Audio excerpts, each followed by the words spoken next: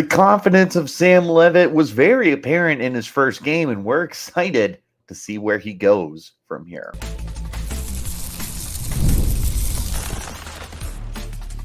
You are Locked On Sun Devils, your daily podcast on the Arizona State Sun Devils. Part of the Locked On Podcast Network, your team every day. Welcome back to the Locked On Sun Devils podcast, part of the Locked On Podcast Network, your team every day. My name is Richie Bradshaw, and I will be your guide for everything Arizona State Sun Devils. A shout out to my everydayers who are here every day, and thanks for making us your first listen of the day. Don't forget to hit like, hit subscribe, turn on notifications wherever you get your shows. Stay in touch by following me on Twitter at RichieBrads36, the podcast at LO_Sun Devils. I want to shout you guys out. We are officially over 900 subscribers on YouTube. You guys are the best. I love you to pieces. We would not be where we are at as a show without your support. Here's to 900, and here's to being less than 100 away from 1,000. And we will find a way to celebrate together as a channel when we hit that milestone. Today's episode is brought to you by Ultimate College Football Head Coach. It's a brand new mobile game that's completely free, no ads, 100% playable offline. Use the promo code LOCKEDONCFB, all capitals, inside the game store. Receive a free boost to your program. Begin your coaching legacy today. Ladies and gentlemen, welcome back in. On today's episode, we are focused on the signal caller for ASU, quarterback Sam Leavitt, who, for all intents and purposes, had a pretty gosh darn good showing in his first game, for Arizona State Sun Devils football. A redshirt freshman, 4 games worth of experience in his first year at Michigan State before he comes here, before he beats out Jaden Rashada, before he takes over the QB1 role for the team, before he establishes himself with this coaching staff, with this group on offense, that he's the guy. And now look at where we are. After the first game of the year, we're already confident Leavitt is the guy. And there's a lot of reasons to think that. And that's where we're going to start our conversation, is the successes that he had in his first game. And there was a lot of really good things to take away from this. First of all, the confidence from a mental standpoint, this kid is beyond his years. You take a redshirt freshman quarterback, you throw them out there, 4 games worth of experience, put them out for a Power 4 football team against an FBS opponent, against a team that pulled off a pretty big upset last year, a team that was much better than given credit for, and we thought it was going to be a lot closer. I thought it was going to be a 10-point game. This was not an easy game. It's not like he was playing a low-level FCS team. He came out, and the confidence, my goodness, the confidence, he just exuded it. It was contagious for these players as they're catching passes from him, as they're taking handoffs from him, as they're breaking the huddle with him. It's contagious. These guys are feeding off of it. They're like, this is our quarterback. Look at the way he's commanding us right now. Man, I want to go to battle for him. That's where you have these guys at. Then you talk about the confidence in his abilities. He can run, ladies and gentlemen. He is a really good runner. We saw that. We saw a quarterback that trusted his ability to create off-schedule plays, to be able to break off of the game script and do something. Take what could be a broken play, a loss, and find a way to make it something positive. It's phenomenal. And it starts with the confidence that Leavitt had. Post-game conference, we're talking to him, and he's telling us, he's like, yeah, no, I felt so good coming into this game. Leavitt is just sitting there, and he's like, yeah, no, this was a game that I felt entirely prepared for. He credited the coaching staff. He was like, I was put in a great situation. I was placed in a role where I knew that I had people that I could rely on to get my job done, do my part, do my 111th, if you would. It's to use this word over and over. Here's your word of the day on this podcast. Phenomenal. You love to see it. Again, that rushing ability too. Like we got to talk about that. The improv skills from Sam Leavitt are crazy. There were several times pass rush was getting home, pocket collapsing. Last year, you got guys that are taking sacks. This year, Sam Leavitt gets out of those situations. Not only does he get out of the situations, but then he's creating yards. If you take away the 2 sacks that he took for negative 14 yards, he ran the ball 6 times for 61 yards, including a long of 21 yards. Also, for what it's worth, when he got in the open field, he's sitting there like getting jiggy with it. Like he's putting the moves on guys, and you're like, I've never seen you and Lamar Jackson in the same room. That's all I'm saying. It was so fun to watch. It was a breath of fresh air, as you've seen quarterbacks the last handful of years for ASU just unable to do stuff with their legs. We haven't seen it since Jaden Daniels. And I'm not ready to compare him to Jaden Daniels as a runner. That was a special running quarterback. But Leavitt brings that element to this game. We talked during the offseason about how Leavitt is a much better athlete than given credit for, and somebody that will be able to use his legs this upcoming year. I did not foresee this coming. This dual threat that you have. It's not just an athletic quarterback. It's not just someone who is mobile. It's someone that can beat you as a runner, take advantage of a defense. You dropped 7 guys in the coverage, you rush 4. I'm going to take off and I'm going to pick up 5 yards. I'm going to pick up 10 yards. I'm going to get a 15, 20-yard run. You don't have quarterbacks that can do that on a regular basis. And Sam Leavitt, even after one game, the way he runs, you're sitting there and you're like, yeah, this guy is dangerous. He's dangerous in the open field. Speaking of that big play potential, man, there were some plays where you're sitting there and you're like, yeah, he can deliver some strikes. Leavitt was killing it, throwing across the middle of the field in this game.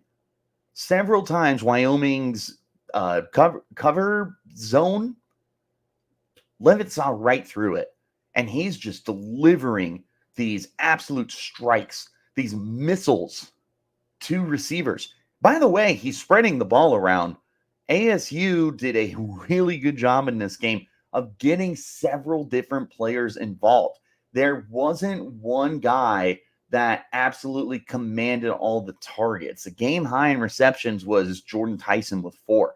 But then you had Jake Smith catch 3. Shimon Mateer caught 2. Melcon caught 1. Xavier Guillory caught 1. You had Kyson Brown and Scadaboo catching passes as well.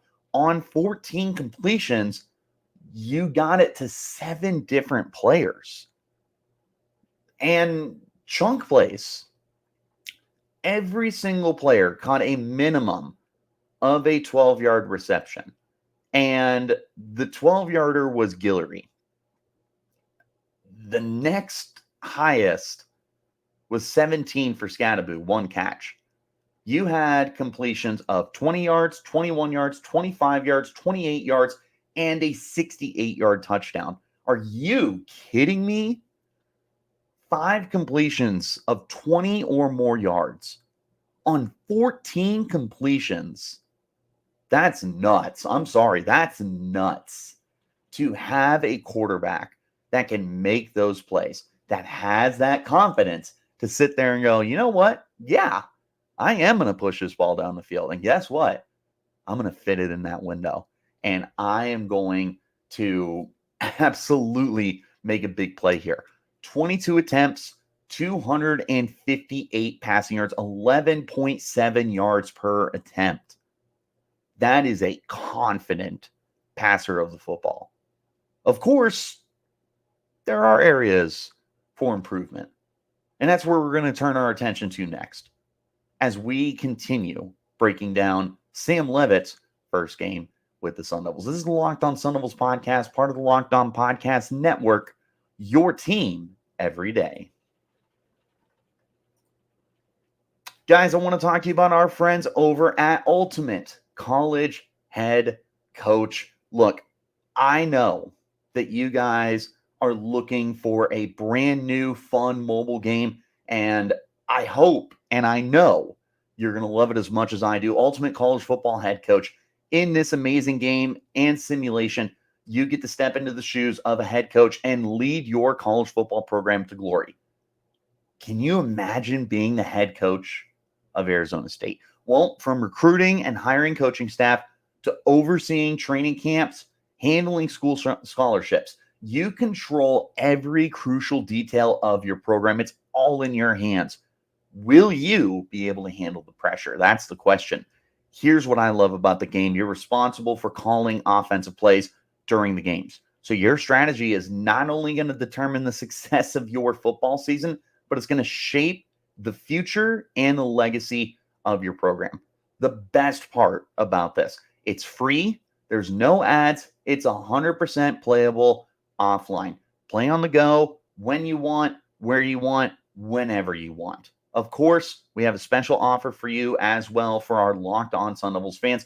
Use the promo code Locked On CFB, all caps, inside the game store to receive a free boost to your program. Make sure to take advantage of this perk as it's going to get your team off to a strong start. To download the game, visit ultimate-cfb.com or look it up on any of your app stores. Ultimate College Football Head Coach. Begin your coaching legacy today. I appreciate you guys for tuning in and making us your first listen of the day. Don't forget to hit like, hit subscribe, turn on notifications wherever you get your shows. Shout out my everydayers who are here every day. Thanks for making us your first listen of the day. Let's get back into our conversation. We're going to take a look at some areas that need some improving from Sam Leavitt.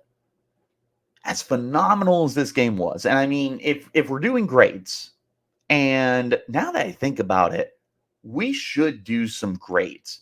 That'll be tomorrow's episode. We will go through and grade each position for ASU. So tune in tomorrow, and we will have that for you guys. Back into this conversation. If you're giving Sam Leavitt a grade, at worst, it's an A-. At worst, it's an A-. The fact that he was just delivering strike after strike after strike in this game, he was completing it to everybody. Everyone got involved in this game. His touchdown passes were to Kyson Brown, a running back, and Shimon Mateer, a tight end. And then he's completing 4 passes to Jordan Tyson, wide receiver, 3 passes to Jake Smith, wide receiver. It's everywhere. Everyone got involved. With that being said, there are still areas where he needs to improve as a passer. There's some mechanical stuff where the touch passing needs to be there a little more. There were some really good throws. There were some overthrows. There were throws that should have been there, and they weren't quite there. Now, I haven't looked in a film room. I don't know if it's a footwork issue. I don't know if it's a throwing issue. I don't know if maybe there was just some pressure in the pocket that pushed it off. Maybe it was just flat out a bad throw. Whatever it is that needs to be worked on, needs to be worked on. The quicker that you can get the touch throws down, this ASU offense is just going to be unstoppable with the run game that you have, with the weapons in the passing game at your disposal. But this is a redshirt freshman quarterback. This is a guy who was playing his 5th career game, his first career game at a brand new program. We need to understand there's going to be work to be done when it comes to being a passer. It's just about building that confidence. And speaking of confidence, we mentioned the confidence he had from a mental standpoint. The next part you need to work on is having the confidence in the pocket. There were several instances where Sam Leavitt took off out of the pocket, and sure, he made a big play with his legs. He should have hung on, should have hanged in the pocket a little bit longer. There were opportunities down the field.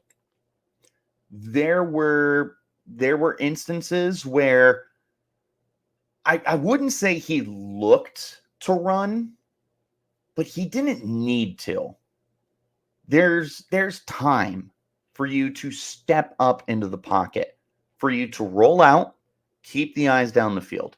Now, he had those moments for sure, but there were times where, again, I don't know if I want to say he was looking to run, but it felt like, and I don't want to call it panic either, but there were just times where the switch flipped and it went from I'm looking down the field to it's time to go.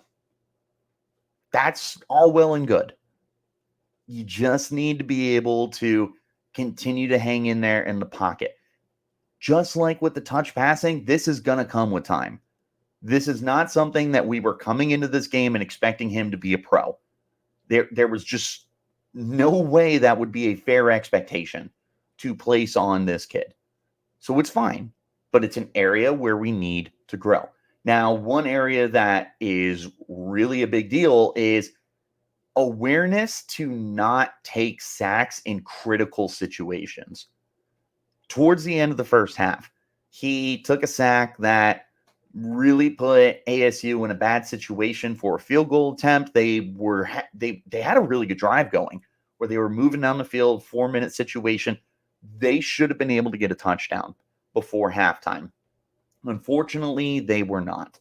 And they had to settle for a field goal attempt, and it was not good. So you left 6 points off the board. You left 7 points off the board. You left 3 points off the board. That's stuff that you need to be able to finish. And a big reason for that was taking that sack. It was almost the defining play on that drive. As quality a drive as it was for them to move down the field, it feels like that sack ended up defining the way it went. It goes from what should have been another scoring drive to a wasted opportunity. So that's got to get cleaned up. You have to be aware of when you need to avoid those negative plays. I am all about throwing the ball away when you need to. Don't be afraid to live to fight another down. And again, working on the processing, working on hanging in the pocket. It's just about the confidence. You've got it from a mental standpoint. This is a dude who's a gamer. He comes out, he feels that he can absolutely do whatever he wants. That's great. The next step is building that confidence on the field when it comes to actually executing. Becoming a more confident passer in the pocket is going to take him to the next level. Last thing that I want to see him improve, as phenomenal as it was for him to distribute the football, one area I would like to see. Now, you're welcome to disagree. This is an area I would like to see improved, as I want to see chemistry established with a number one receiver, with your top tight end, with the running back out of the backfield. I don't really care who it is. I don't care if it's Troy O'Mary. I don't care if it's Jordan Tyson. I don't care if it's Marquestin Douglas or Kyson Brown. I want to see somebody be able to become that go-to guy for Leavitt. And that's a two-way street. It also takes a receiver to step up and become that safety blanket. But one of the areas that I want to see Sam Leavitt really improve on is having the confidence to take a look at a guy and go, I'm going to put the ball near him. I'm going to put it in that zip code, and I'm going to let him go up and make a play. You got guys capable of that. Jordan Tyson put it in his zip code. He did that all camp. He did it in the spring. He did it in training camp. Put it in his area. That's a good start. Jake Smith, suction cup hands.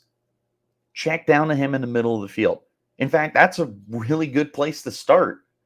Speaking of areas to improve, don't be afraid to just take what's there in front of you in the passing game. You don't always need the 20-yard completion. Here's a 5-yard completion there. Cool. It's going to get you closer and make those conversion attempts easier. It's back to that confidence in the pocket as a passer. But to kind of round out this number one receiver thing, some of the best quarterbacks you see are guys who know who their guy is. Guys who, when a play breaks down, they go, you know what? I'm just putting it up. I see number 0 down the field. He's one-on-one. I know I can put it up to him. It's another confidence thing. Everything here that we're kind of going through comes down to confidence. And he's got it from an attitude and a mental standpoint. Now it's just got to come to him on the field when it comes to mechanics, when it comes to actually processing, breaking down, sitting in the pocket, blah, blah, blah, blah, blah. That's the next step here. But the one thing I want to see, like I said, you're free to disagree because distributing the football is terrific, especially the way he did it. But you need to have confidence to go to a guy. I don't care who it is. Malik McLean, Melcon Stovall. I don't care. Cameron Scadaboo. Just find confidence to trust a guy.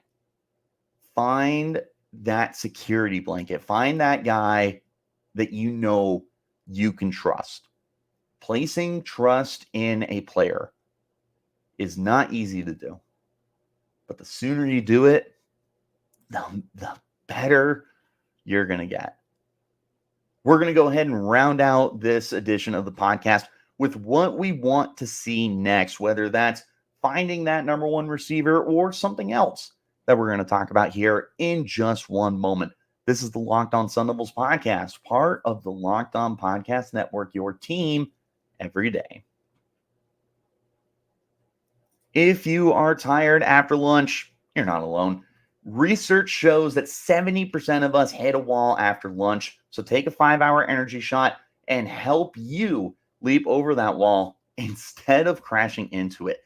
0 sugar and a convenient portable size. It's the perfect pick-me-up for getting stuff done. The 5-hour energy website has flavors galore. Watermelon, tropical burst, grape, berry. There's a flavor for everyone. You can try them all. On the site, you have the option to build your own 12-pack or 24-pack. So you pick the flavors, and it's delivered right to you.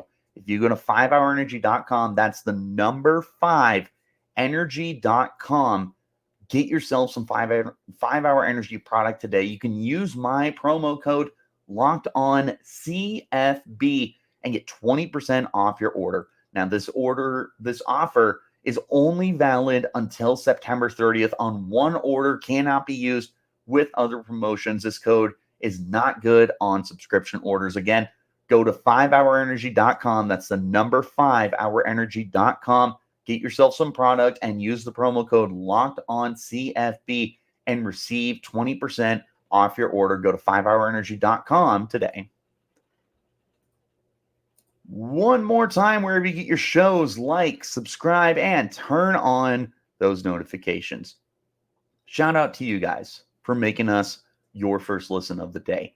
Shout out especially my everydayers. We wouldn't be here without you guys. Let's round this bad boy out. Here's what we want to see next from Sam Leavitt. Putting a cap on the number one receiver thing. I would love to see someone get 10 targets this week. Someone get 8 targets this week. Someone get 5+ catches. I don't care who it is. I don't care if it's a running back. I don't care if it's a slot receiver. I don't care if it's a tight end. I just want to see that Leavitt is going to start taking chances and placing his trust in these guys. If it's Shimon Mate, if it's Jordan Tyson, if it's Malik McLean. Just that's what I want to see personally. Just show me that you are going to start placing trust in specific players. Guys who you know are going to be reliable for you. Another thing that I want to see, what's the running look like moving forward? First of all, how dangerous are we going to be? Kenny Dillingham said in the post-game conference that Sam Leavitt is not the strongest slider in the world. What they're going to work on is him getting down, which means kind of diving forward a little bit. Not like you're playing college football 25 and you press the square button and they go full on Superman. That's not what they mean. It's just getting down, making sure that the ball is out so you get to place it where the ball ends up at the end of the day. Not quite like sliding where it's dead where you start to slide. But it's about being smart and understanding that there's going to be guys you can't take a hit from. You can go up against a 5'9", 180-pound corner, and Sam Leavitt, who stands at 6'2", 200 pounds, is going to be able to take that hit. But then you find an edge rusher who's 6'5", 250. He's going to hit a little bit harder than that 5'9" corner is. More than likely, unless it's like Jason Verrett out there at corner. You just need to understand the situation.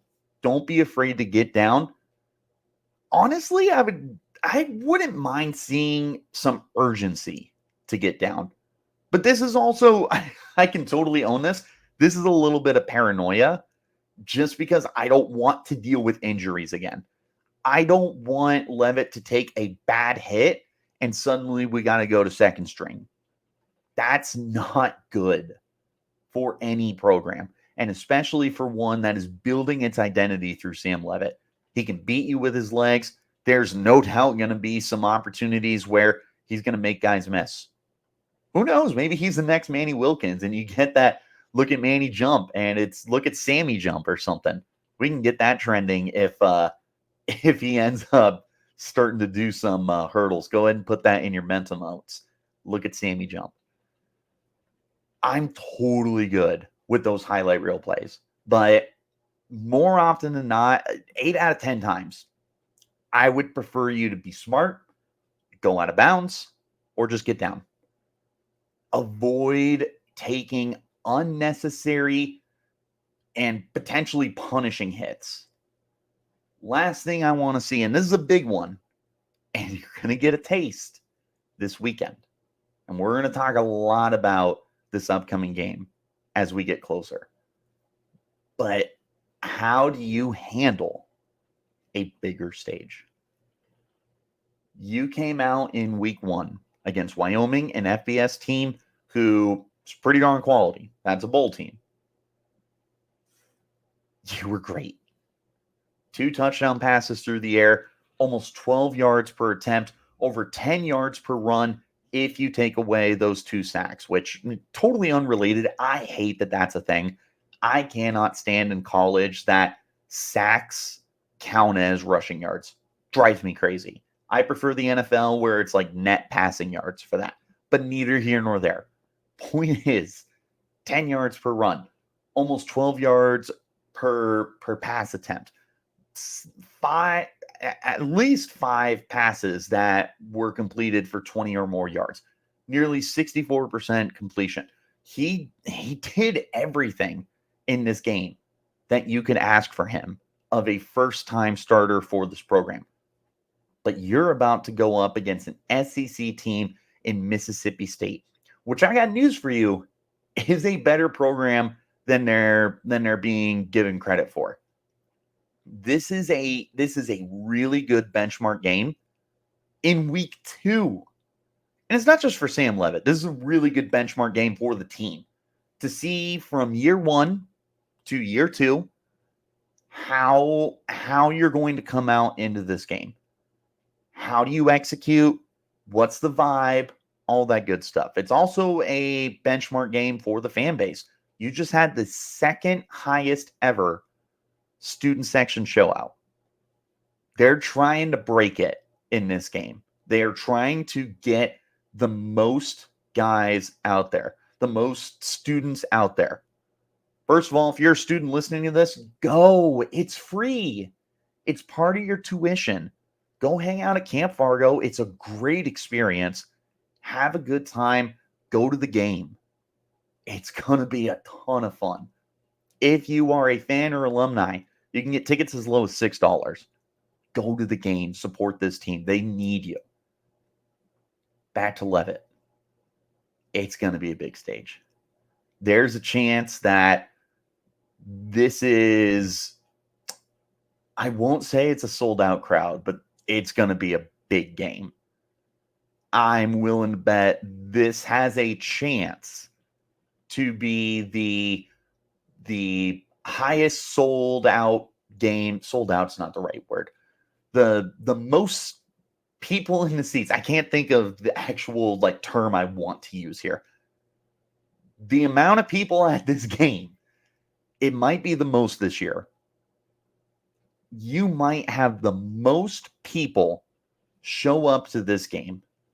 SEC, you've never beaten an SEC team before. Coming off a huge win. The future is bright. There's a lot here. Cheap seats, free admission for students. Parking is cheaper.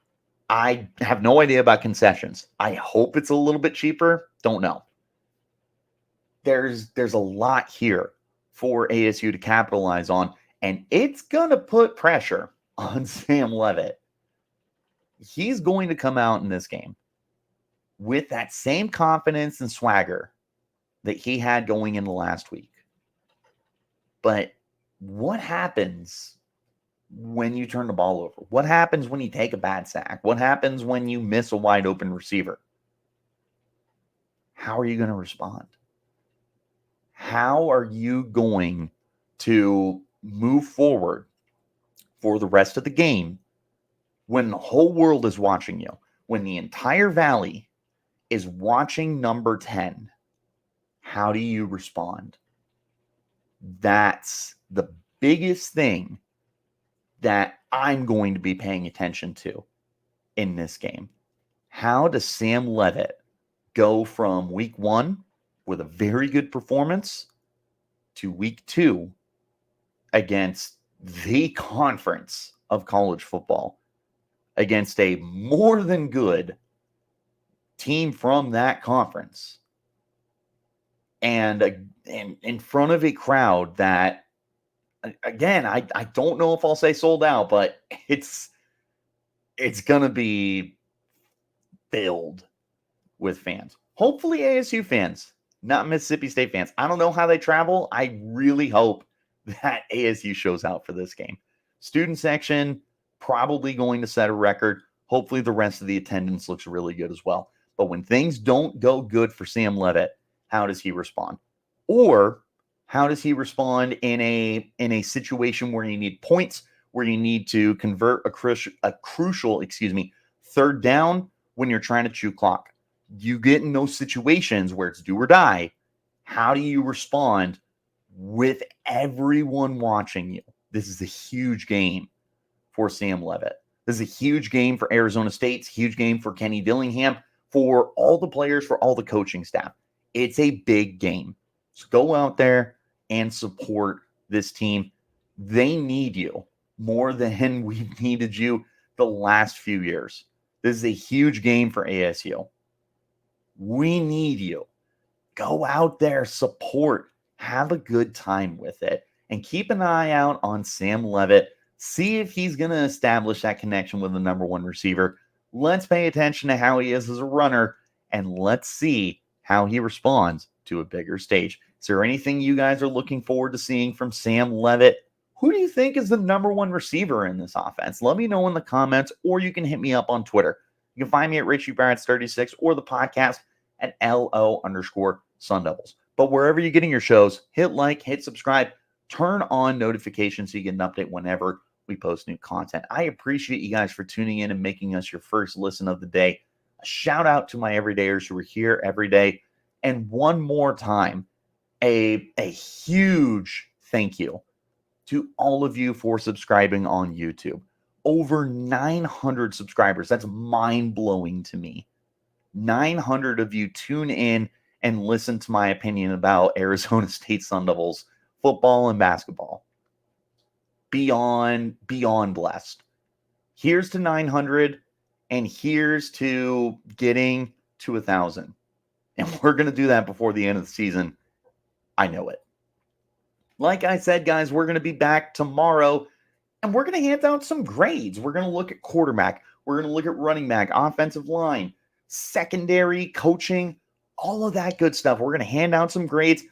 I'm expecting a lot of really high grades in this game, but there's definitely going to be some positions that need to work a little bit better moving forward. We'll take a look tomorrow. I'll see you there. Till then, you keep it locked right here on Locked On Sun.